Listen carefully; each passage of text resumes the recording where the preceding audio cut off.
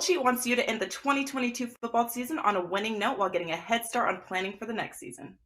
Founded in 1957, the Gold Sheet is the country's longest-running sports betting newsletter and has served bettors for over 6 decades.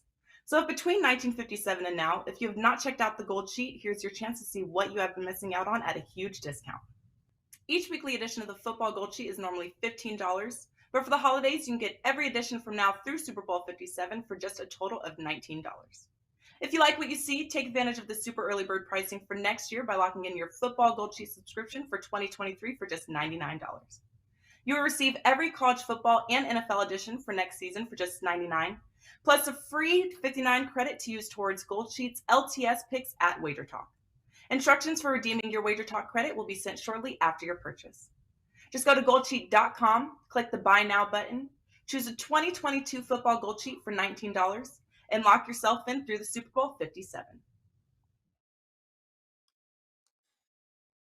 Good morning, everyone. Happy Friday. Friday has officially started the weekend, and we are here to make your New Year's weekend a profitable one through the props betting market. I am Andy Lang from WagerTalk.com. Joining me, as always, Matt Josephs from SportsMemo.com and Andrew McGinnis from WagerTalk.com. We got a loaded show today. We're going to break down NFL games. We're going to talk some team totals here at the end. Andrew's going to give us a little NHL and then a little update on the World Juniors. And then we've got our best bet.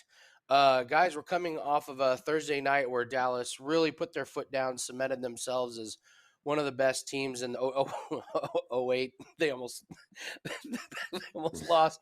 I cannot wait for this. So, Matt, just when you think you're running out of reasons to not like the Dallas Cowboys anymore, last night's game happened. So, first off, I'm coming to you. Give us a little recap on what you thought of last night's game, and also tell everyone what you have going on at sportsmemo.com. So I look at this game and I see the Titans sitting like their whole defense, and I see Dallas, and they love playing in these meaningless games. I mean, Dak threw like 12 touchdown passes last year against the Eagles practice squad, and they celebrated like they won the Super Bowl, which they haven't done in a while, by the way. And I see that, and I'm like, all right, the books hang the 13.5 number that I love in the first half, and I'm like, all right. Even on a short week, Dallas is going to score 14 points or more. They want to sit their guys in the second half. They want to play this game.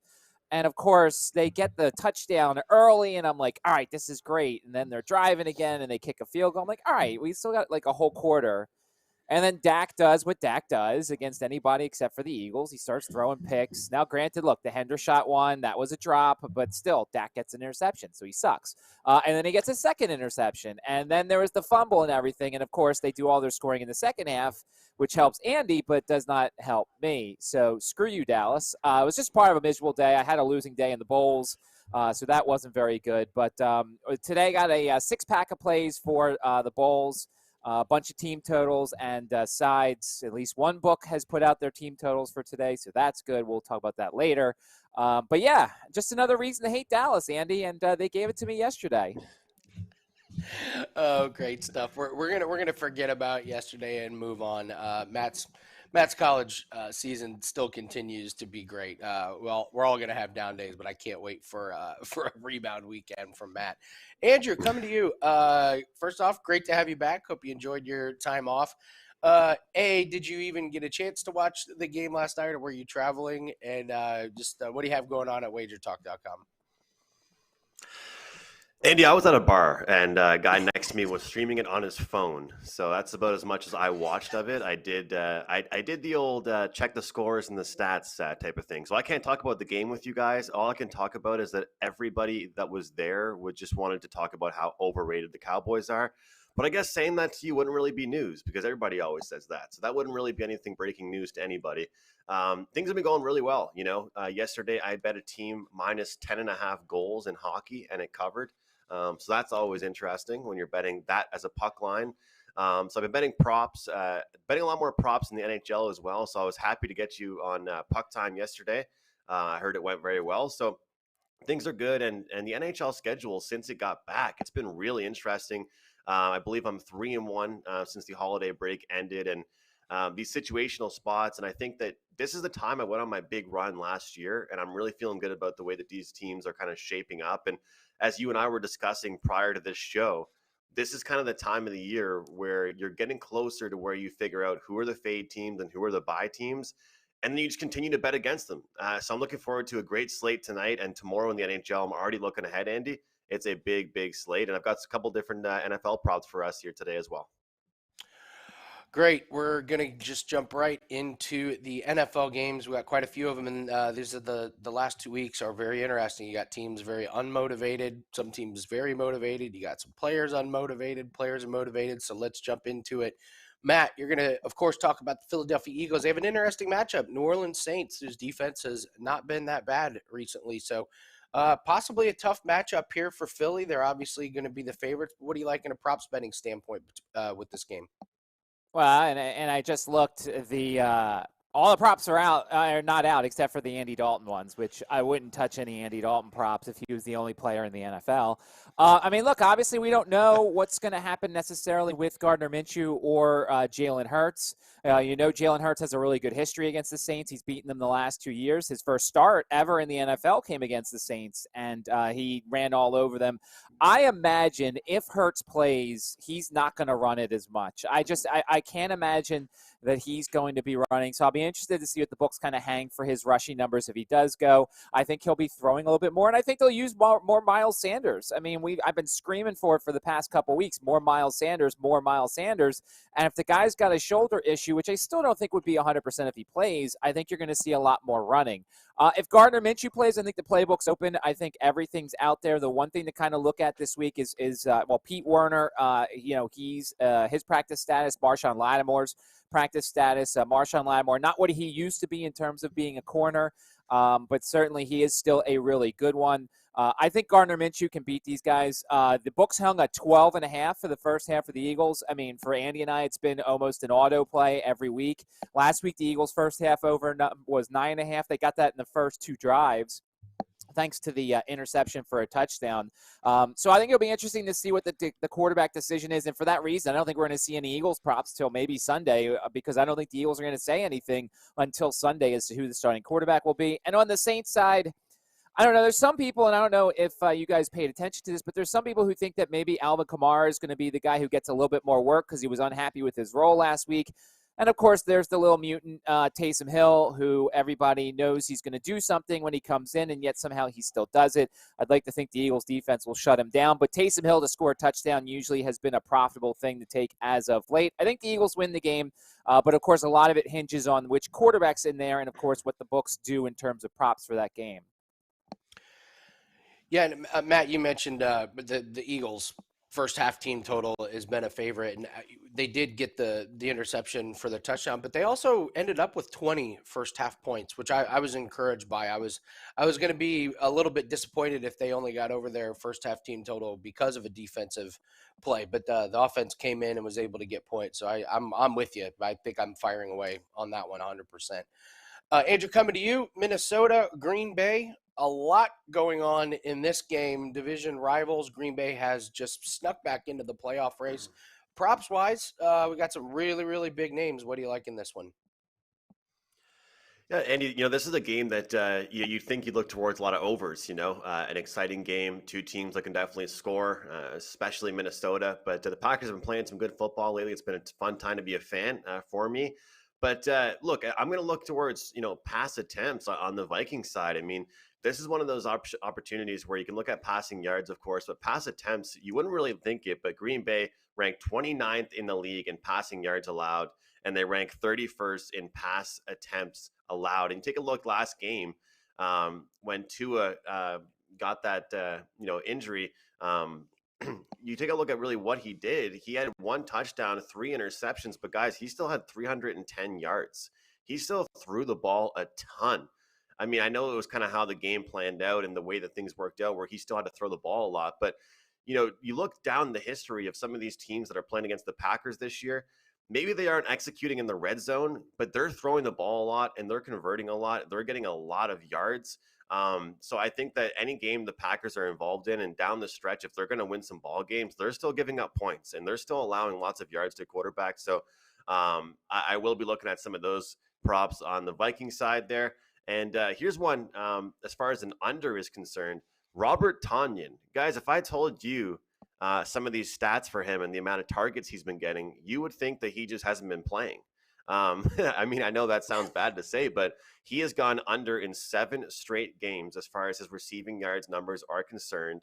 His targets are very minimal over his last few games. He has fallen into the depth chart. He's not really a favorable guy anymore. You think back to 6-7 weeks ago, he had 6 targets for 35 yards. He had 12 targets for nearly 90 yards. And ever since then, guys, it's a dream if he gets 8 or 9 yards in one game. We talk about receptions or yards. This is a guy right now we want to be betting under on his receiving yards. I mean, because even Tonyan right now, when he gets the ball and he catches it and does get targeted, it's not like it's a very deep pass. So Robert Tonyan, you look at the last several games for him, and against some key opponents in some very big games, he is not being utilized anymore the way he once was. So that's one that I've already locked in. I've got my money on, and a couple of different props I like there in that game. But it is interesting to look at this game and how it's going to plan out, how it's going to shape up. I think it could be a high scoring game. I would be looking at some running back touchdown scores for the Green Bay Packers, because it seems to me like Aaron Rodgers is getting to the end zone and then they're running the ball in. And that's what's been the story for them over the past few weeks. But I'm telling you what, guys, that one is falling under the radar here. 7 straight unders for Robert Tonyan. That's what I'm looking at there. That's a great one, Andrew. Such a great deep dive on somebody like that. We love those streaks when somebody is just changed their roles and is out of that. So that's a fantastic find there. And it's amazing. Aaron Rodgers, 3 straight games with 1.5 touchdown passes, and I know quite a few people have been on that over 1.5 touchdown passes prop, but it's just not been hitting. So that's one to be cautious, and a good find by you, Andrew, as well. It's crazy. Some quarterbacks, Andy, will march the field and then they just won't, throw the touchdown. It's just like they'll do all the work. I mean, they'll have a great performance their whole entire drive, and they'll run the ball 3 straight plays. So that's really been the story with him. I'm going to take a look at Carolina and Tampa Bay. The first guy I'd like to talk about is D'Onta Foreman. He really threw me for a loop last week. 2 weeks ago, he was just terrible. He had 10 carries for 9 yards, I believe. He was tiptoeing around the line of scrimmage, and I took an under as a free play on him last week, and boy, did he make me look foolish as they just dominated the Detroit Lions. Tampa's susceptible to the run in some cases, and D'Onta Foreman's rushing total is 60.5. I lean really, really strongly lean to the over on that one, but I just can't quite pull the trigger on it because there's more plays that I like in this game. But I do lean D'Onta Foreman. I think he has a pretty good game, and they're going to lean on him. I can't get that game 2 weeks ago out of my head. So maybe it cost myself a little money by not playing it, but that's where I'm at with this one. We got to go back to Leonard Fournette over his receiving total.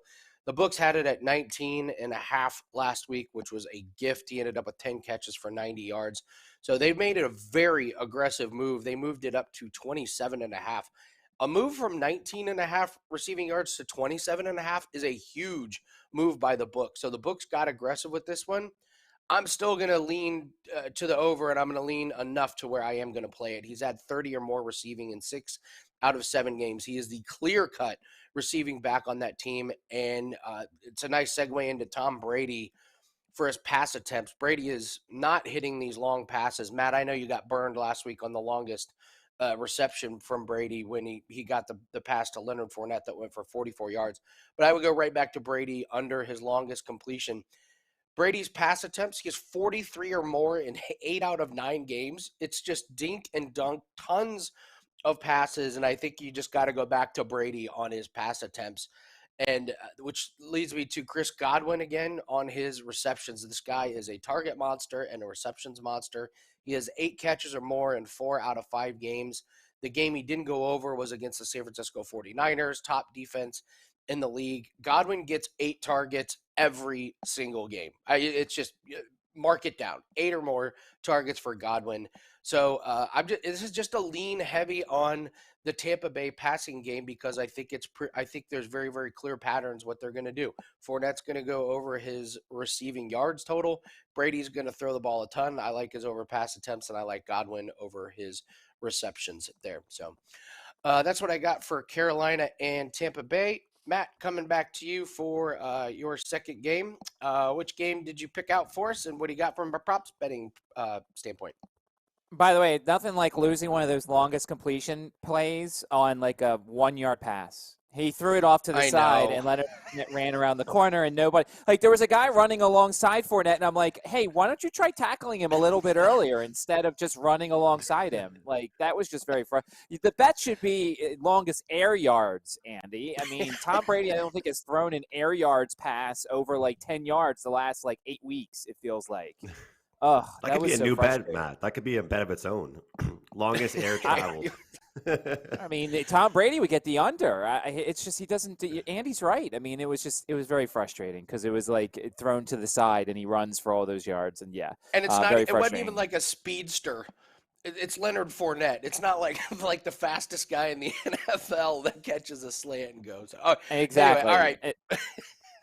All right, so I took the Commanders and the Browns. The Commies and the Browns is the game that I chose, and so much fun. Carson Wentz is back, and oh my God, there is some tendencies that we can take advantage of when it comes to Carson Wentz. And they haven't put the props out, obviously, because I'm looking at the page on DraftKings, and there's literally nothing up yet. Sack top props. Myles Garrett. I don't even know who sacks people in Cleveland. I might put like a quarter of a unit on everyone to sack Carson Wentz and then just hope that a bunch of them do. He's just really bad in the pocket. Like, he's a sack guy that you're going to get, and I'm sure there's going to be a bunch of value out there. And, hell, if they're even like a half a sack, maybe you get a couple guys to split a sack, and then you can win a bunch of different bets. So, yeah, for one, Carson Wentz sack props for the Cleveland Browns, definitely something I'm looking at. 2, Carson Wentz loves to throw it to the running backs and the tight ends. So Logan Thomas, a guy who has not been really in this offense as of late, comes back into play. You look at Brian Robinson, who probably is going to play a little bit more with Antonio Gibson, still a little injured.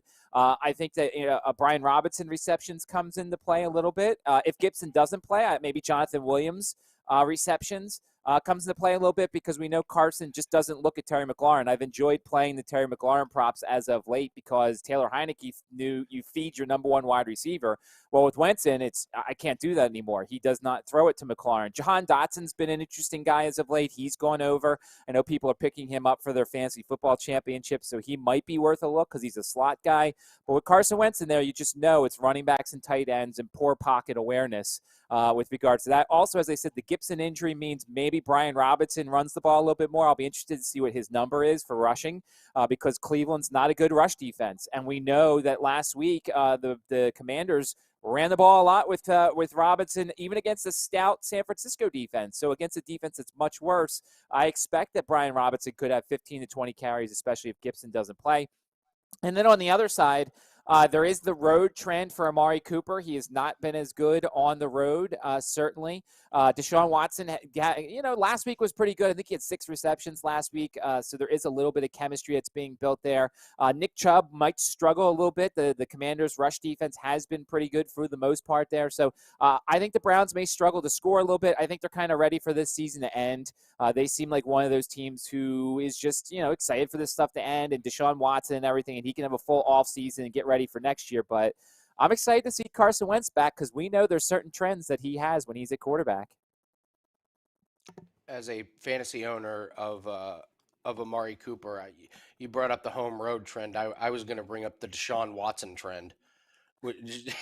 No touchdowns for Amari Cooper. Just I never in a million years thought I would be like, can we get Jacoby Brissett back in there, please? It'd really help this offense a lot better if we had Jacoby Brissett in there. Of course, as a Colts fan, we could probably use Jacoby Brissett about this time. Andrew, coming to you, Miami, New England. This game really interesting because the weather. It's going to be warm out there. And I'm sure at the beginning of the year, we looked at this. It was like, oh, the Dolphins got to go at Buffalo and at New England. it's gonna be like close to 60 degrees here. What a real change for this game. So we do have Teddy Bridgewater. Looks like he's going to be starting for the Dolphins. What do you like in this game? Well, I just want to say, Andy, as far as what you were just saying there, it is crazy how, in the prop betting market for us that bet these props consistently, especially when you're riding streaks, which is something I try and do, or betting against certain teams in certain ways, it is completely different when you add a brand new quarterback to the picture. If you're betting, like you said, about the Cleveland Browns and now here in the nation with the Dolphins, it does change things up quite a bit. One thing I've noticed, everybody's talking about the quarterback situation here, guys. One thing I've noticed, though, is also the offensive line situation. They're banged up here, Andy. I expect Bridgewater to actually be on the run. I'm going to be looking at Bridgewater rushing props for this week here. Look, I'm not saying Tua wasn't a guy that couldn't escape the pocket, but I think we might see Bridgewater be someone that's got to do some running, got to be pretty mobile if he wants to either A, find receivers, or just B, get that first down and try and get out of the pocket and move. So, when I see offensive line injuries, a lot of times I think rushing yards for quarterbacks, because I think they're going to know that going in. They're going to be prepared to move. And, based on what we've seen from him when he's been in there, you got to hold on to the ball and secure it and just kind of be simple. If you're a quarterback coming in after you've had a guy playing pretty well, despite the couple of interceptions last week, like I said, from Tua, still put 310 yards up, they're going to have a more simple game plan. This, to me, guys, feels like one of those typical New England Patriots games that I've complained to you guys all year long about. I feel like I'm almost a Patriots fan. I went to a game this year. I've covered them and given out the Mac Jones completion prop on every single show we've done this year, or every second or third show, when nobody else has selected them. But I think this is going to be a very boring game. I think, we've got some injury issues as well at the running back position for the Dolphins. Same thing a little bit for the Patriots. I'm expecting field goals here. This is one where I'm going to be looking at the Matt Joseph special with some field goal props, maybe specifically just one team with their field goals. But that's kind of my thought process with this game. And I think that they're going to take it very, very light. As far as the Patriots are concerned, I do expect a run-heavy game from them. They are concerned about Ramondre Stevenson with his hip, I believe, but I think this is one of those games where the Patriots win a very low-scoring game. The running game is super strong, but we do see, again, with Mac Jones, his completions, I can't reiterate this enough. The guy, I mean, Matt, you want to talk about a longest completion through the air? You'd be slamming the under on this guy too. I mean, his completions are all 3 or 4 yards, and they let the receivers do the work. Mac Jones, I think it's like now 7 of his last 8 games he's gone over in his completions props, so that's good. And Andy, one that I saw that you liked, I think you posted on our WagerTalk TikTok, was the Tyreek Hill over on receiving yards. In certain games that number just goes pretty high. As you know, it definitely gets up there. But I think that when you add a new quarterback to the picture, that kind of tells me that sometimes you have to go back to the guys that you can count on. You got to go to the superstars. And one thing interesting about Tyreek Hill is he actually isn't catching these long bombs recently. If you guys notice, he's not catching that many 20-plus yarders, not catching many 30-plus yarders, hasn't caught many 40-plus yarders as of late, that's for sure. He is catching shorter passes and just putting the jets on and picking up yards after the catch. And that's what you want to look for if you're the Dolphins, if you're Teddy Bridgewater, and I think that's what they will do. So I don't see a problem with going to their best guy in this game and taking him over, even though it's a pretty big number, Andy. Yeah, interesting game for sure. Maybe this is the game where New England just kind of throws in the towel and protects some of their players. I'm with you on that one. Andrew, good stuff. What number did you get, Andy, with Tyreek? On what? Oh, for Tyreek? Tyreek Hill on his receiving yards?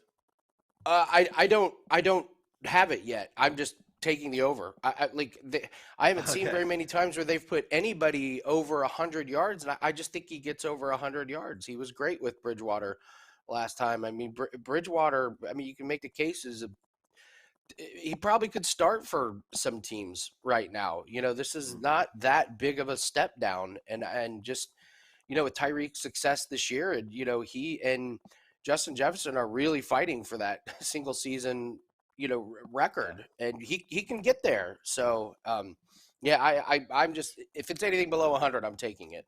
So, by the way, to say real quick, if Damian Harris is active, Remember Stevenson fumbled last week. You know what happens when running backs fumble for the Patriots. I'm just saying if Damian Harris is active, his overs might have some value because Belichick never forgets fumbles.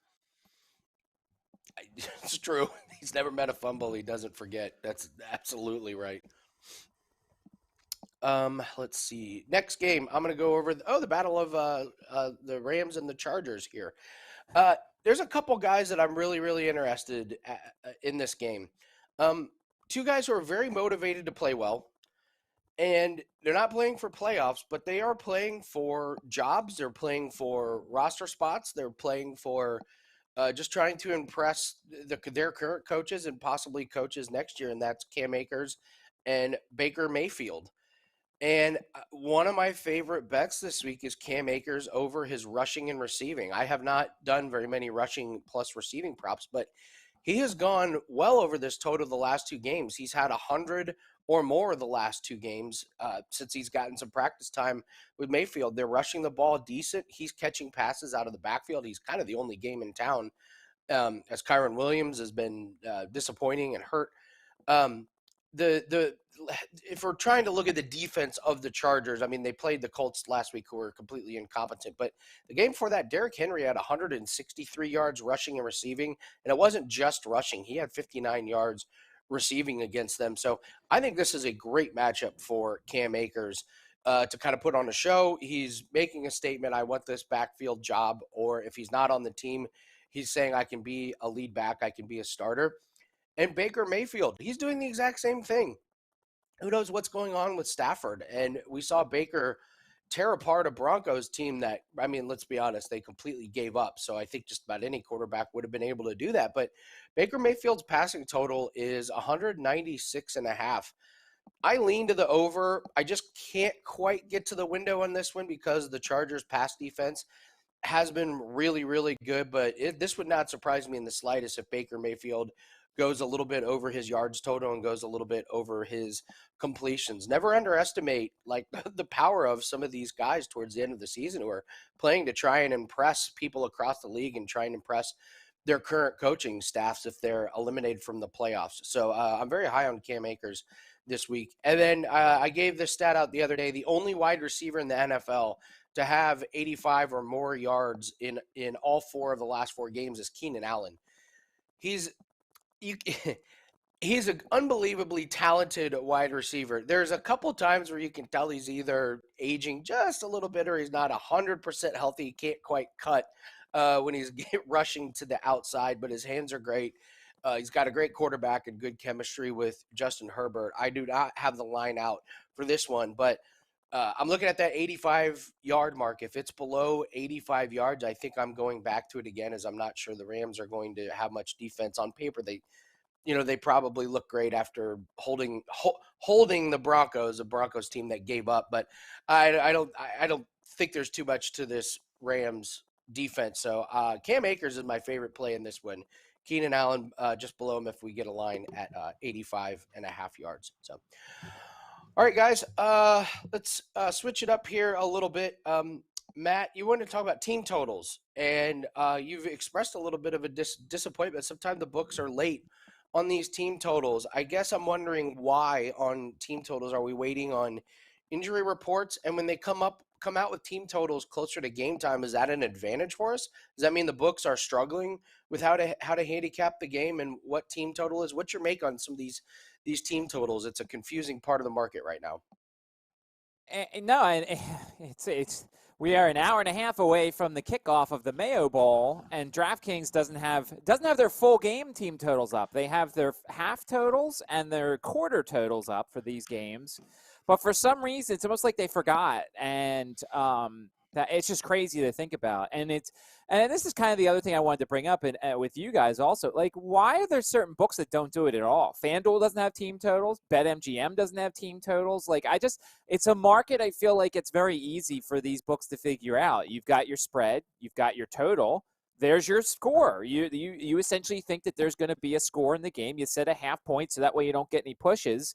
But it's just it's crazy to me that DraftKings doesn't have it up yet, and it's crazy to me also that these books don't even offer it, and they're pretty reputable books. BetMGM and FanDuel are very reputable books, so it's pretty crazy to me. I'll tell you this: yesterday I played a new market for me. I actually had the team total over for the second half of the Minnesota-Syracuse game. It didn't go the way I thought it would. I hit it, but, I figured with the way Minnesota plays, they run the ball a lot. They've got really good running backs that with Syracuse's undersized defensive line, I figured by the second half, some of those short runs would start to be long runs. Now, Minnesota's 2 touchdowns they scored in the second half were on a interception return for a touchdown and a passing touchdown, so that wasn't how I thought, but I think it's interesting, especially with these next 2 weeks, guys, in the NFL. You're going to have teams that may rest guys in the after the first half. If the Eagles go up 28-0 on the Saints, there might be some backups that get in, and maybe you find a value on the Saints second half team total over because the backups for the Eagles are in. Maybe last night there could have been value on the Titans second half team total because you figure maybe the Cowboys were going to sit some people because they had a large enough lead at halftime. Now, obviously, they didn't have a large enough lead at halftime, but I feel like it's a market that we don't necessarily bring up as much here on the show. But sometimes second half team totals in games when you could kind of predict how the first half may go. I think the Chiefs could have a huge halftime lead on the Broncos. Now, the Broncos offense is terrible, but maybe there's some value in the Broncos second half team total if the Chiefs pull off a little bit and kind of, lax a little bit. So that's just kind of a new market I was taking a look at. But why do you guys think, maybe, Andy, you could start. Why do you think FanDuel and BetMGM don't offer team totals at all? I have no idea on this one. This one is as baffling as it gets, considering the props that they do offer and some of the other things that you can find. Obviously, there has to be a reason if they think that market is very gettable by some of their sharpest players, or maybe there's some games that they're just waiting on some kind of injury. But just the honest answer is I do not know. I've seen this in basketball. Let's see. I've seen this in basketball when you've got teams on back-to-backs, and we don't know if they're going to sit their entire starting lineup or if they're going to play some of them, and you'll see the team total come off the board. But for football, I just don't see a reason why, unless there's a quarterback issue, and maybe they're scared of getting burned by some of the transfer portals. Because correct me if I'm wrong, Matt, haven't there been a couple of quarterbacks that we just thought were out, and then all of a sudden they're just playing again? Like, what was it? Western Kentucky, was that one of them? Where like couldn't the books have really gotten burned on a team total in that situation? Is that the game I'm thinking of? Well, yeah. So Western Kentucky's quarterback went to the transfer portal and then came back, and the line took a thing. But like the books aren't offering, especially for bowl games. I can understand like a week out, but DraftKings, as I said, it's 90 minutes to kickoff, and they still don't have it up. And certainly, look, I think that, and people laugh because they're like, oh, team totals it's an exploitable market. And I've talked about why I do them. Sometimes you have faith in a unit more than anything else. I'll give you one of mine for today. I like under 22.5 points for Maryland. Maryland's without their top 3 wide receivers. NC State's defense pretty much has no opt-outs. Everybody's in. These guys want to win after last year's debacle where UCLA pulled out the day of their bowl game against NC State due to COVID and everything. And so I have no faith in NC State's offense, but I have faith in NC State's defense. So I looked and took the under 22.5 for Maryland in this game. I found it on Caesar's book because they were the only book that had it since DraftKings did not. But I just think it's a market that you can certainly take advantage of. And Andrew, in hockey, you can certainly. I see you play team totals every once in a while. It's just a thing that every book should offer, and I'm stunned that not every book does. Yeah, and I'm also just really happy to get better prices with it as well. You can just get a better number sometimes. Sometimes in hockey, I'm getting a plus price, on these, whether it's under or over a certain team total. And it is disappointing. And I think that, Matt, honestly, I think that it has something to do with, for sure, how, maybe a lot of sharp bettors like yourself with college football are taking advantage of it and making money with it. And they're just hesitant to put it out. Is it just been recently, though, or has that been all season for you? Because that does... I am very curious about that, but I did want to say that I agree with you I actually was meaning to ask you earlier in the show, but I didn't want to jump in about in-game team totals because I wanted to pick both your guys' brains about it, and Andy for NBA and you for college football, Matt, because I've been doing team totals in game for hockey a lot, except for mostly what I'm doing is I'm betting actually the team losing. Like if a team is getting dominated like 4-1, a lot of times in the third period, I can take over 0.5 goals in the third period for the team losing, and you're getting a really good price with that. A lot of times that's what I do as far as the in-game team totals. I'll take the team losing because everybody wants to expect the team that's winning to pile on, right? Everybody thinks the team that's winning is going to just keep it going. That's the obvious bet, and usually I'll jump in on the the team that's getting dominated to hopefully show some pride in the third period. Matt, you experienced with live team totals?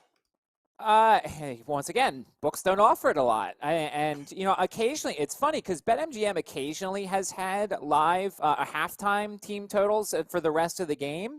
But once again, it's a market, especially in college football. I haven't seen it very often. I've got money in a bunch of different books, and it's just one of those things. And it's just, I don't understand it. I don't understand why you couldn't offer, you just mentioned it, Andy. Some of the things these books offer for at halftime, you can update all the player props. You can update all this other stuff and offer them at halftime. But if I want a team total, it's like, oh, sorry, out of luck. Yeah. It's certainly something that we'll need to keep investigating and figure this one out. Unfortunately, bull season is kind of wrapping up here. So, guys, I want to talk about same game parlays. I've been kind of behind the scenes experimenting with the same game parlays. I know that they're advertised on some of these books. To me, they can seem a little bit hokey. I've been experimenting with them, and I think there is something there if you use them sparingly. This is certainly not a strategy I would recommend, taking every single game. But you have to have a really good read on the game as a whole, and you have to get it fairly correct. So the first one I really gave out publicly was actually last night, and this was I took Dallas just below 7 points. They were 14, 13 points. I got him down below a touchdown because I was worried about a little bit of a backdoor situation. And then I wanted Dak Prescott over 200 yards passing. Tennessee's secondary has been terrible. So the odds of that were around minus 130.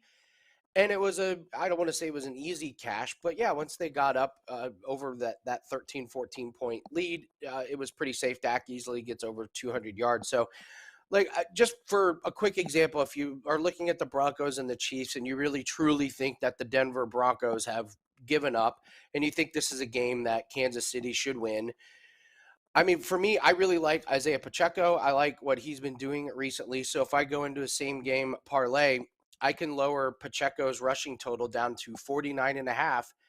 And then I like Kansas City to roll in this game, so I can lower the Kansas City line down to minus 6.5. That way I only need to cover by a touchdown. And it's minus 145. That's within my juice tolerance. I can sprinkle that. And then if I want to add anything else in, like Jerick McKinnon, receiving yards, I could throw him just to get to 20 receiving yards. And now you got a same game parlay at plus 120. So it's one that actually requires a lot of research. You have to kind of go through all the games, pick the game that you are the most confident in terms of the game script, and then try and pick the pieces on how it's going to get there. I'm going to start doing this more with some of my picks releasing to the public with NBA and some other ones. It's very, very popular. I think it should be something that's part of my arsenal and things that I can help build up my bankroll. But you're going to hear from me doing a lot more same game parlay activity. I just think we always need to be evolving as handicappers and use some of these tools that are at our disposal. So, Andrew, we got about 5 or 6 minutes left. We got to get to our best bet. Talk to us a little bit about NHL and just give us a little thoughts on the World Juniors. I'm always interested when this comes around and how interested you are in this. Yeah, great stuff there, Andy. I'll be very quick here with this. I wanted to say as well that I'm definitely doing that in the NHL too. I mean, look at the Edmonton Oilers. You can take, any game that they're going to win, chances are McDavid or Draisaitl are scoring, or they're going to get, an assist or multiple points. So I agree with you. I think it's something we all have to adapt with. Real quick on the NHL, we talked about it before the show, before we went live, and I talk about this with Carm all the time. He's done a great job with this, and I want to start doing it as well. instead of just betting on players, you're more so just betting against certain teams. I talk about this in the NFL, but especially in the NHL right now. You want to look at teams like the Blackhawks, like the Anaheim Ducks, like the Montreal Canadiens, teams that give up a ton of shots, and look who they're playing. And then you take guys that are out there on the power play on their opponents, and you take their shots on goal overs. And what's great about it is that you don't have to lay the minus 140, 150 with some of these guys that are heavily juiced. You can grab a guy that doesn't always go over his shots on goal, but hey, tonight he's playing the team ranked 31st in the league in shots allowed. And you're playing the Anaheim Ducks or the Arizona Coyotes. Those are the times where you want to be looking for props. It doesn't have to always be in a game that you expect to be high scoring. The shots on goal props, Andy, these can cash in a 1-0 game. You don't need goals, you need shots. So I just wanted to mention that for people. Don't be afraid to broaden your horizon with who you're betting on. To me, it's more so about who you're betting against as far as the NHL props are concerned. Real quick, Andy. I appreciate. I like the way you said that because you're right. I do get really into this tournament. I bet it a lot. I bet a lot of props, and I'll tell you what. The past 2 nights, I've gone to the Canada games, and it's been a lot of fun betting on these props because we've seen them win by like 9 or 10 goals in their last 2 games. So you can only imagine how much fun I had with the props. But I'll tell you what, I wanted to release a future actually on this prop show with you guys. I've had a pretty good success rate with these here on Prop It Up. I'm going to take a look at Czech Republic plus 650 to win the entire tournament here. This is a bet, guys, that I think that there's just too much value for us to pass up on. They beat Canada 5-2 in their opening game. They beat Austria 10-0. And yesterday they only lose in overtime to Sweden 1-0. You can get down on this at DraftKings, guys. I believe FanDuel offers this as well. I did see futures on BetMGM. This is readily available. It's the World Junior U21 tournament, I believe. And they have the most returning players from last year's tournament, which, as all of you guys know, is a very huge thing when handicapping these tournaments. It's all about experience. So at plus 650, it's great value here, Andy, and I recommend you guys join me. Nice. Great stuff. Andrew, tell everyone what you got going on at WagerTalk.com for this weekend, and then we'll get to our best bet. Got 2 plays for tonight in the NHL. I've got 2 prop plays that look like they're going to be best bet material for me, looking like 2 4% best bets as far as the NFL. And that's about it here for me. Low volume in college basketball. Looking forward to getting back into that soon.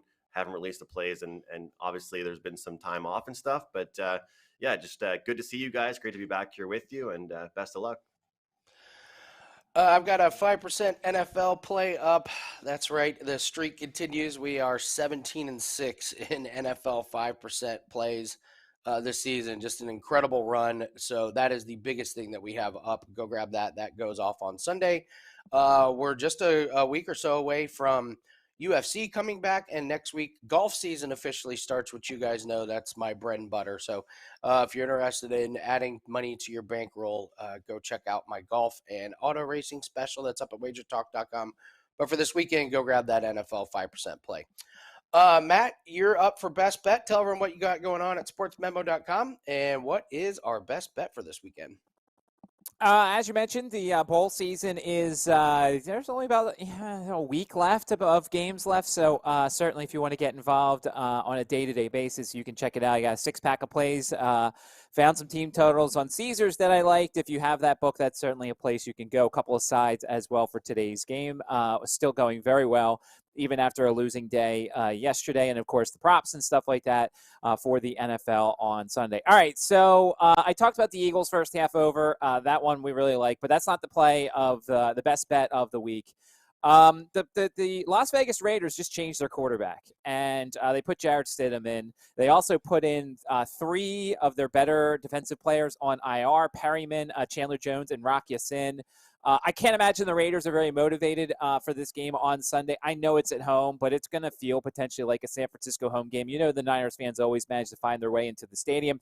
So I'm going 49ers over 13.5 points in the first half. And once again, the key number here, you want to get below that 14 when you're looking at these first halves. San Francisco averaging 13.7 points per first half overall, 16.3 the last 3 games. Vegas hasn't been bad in the first half so far this season defensively, but as I said, they just put 3 players on the IR, And I don't know where their head's at after seeing their veteran quarterback basically get benched and he's stepping away from the team. So I'm going to try and take advantage of that, and we're going to look at San Francisco 49ers over 13.5 points in the first half of their game in Las Vegas against the Raiders. There you go. Look at those 49ers first half points as our best bet of the week. Guys, thank you so much, and shout out to the chat room. Love you guys as always. We got to get going. That is Andrew McGinnis from WagerTalk.com, Matt Josephs on SportsMemo.com. I'm Andy Lang from WagerTalk.com. Good luck on all your bets this weekend. Let's have a profitable one. Have a safe and happy new year. We'll see everyone next week on Prop It Up. Have you checked out all the new handicappers at WagerTalk? If not, here's your chance. You can take 50% off your first daily or 3-day all-access purchase at WagerTalk using coupon code TRYWT. Our new roster of experts is 30 deep, covering sports from all around the world, giving you tons of options to choose from. All you have to do to redeem this offer is go to WagerTalk.com, choose a handicapper of your choice, and use coupon code TRYWT at checkout, saving 50% on your first purchase.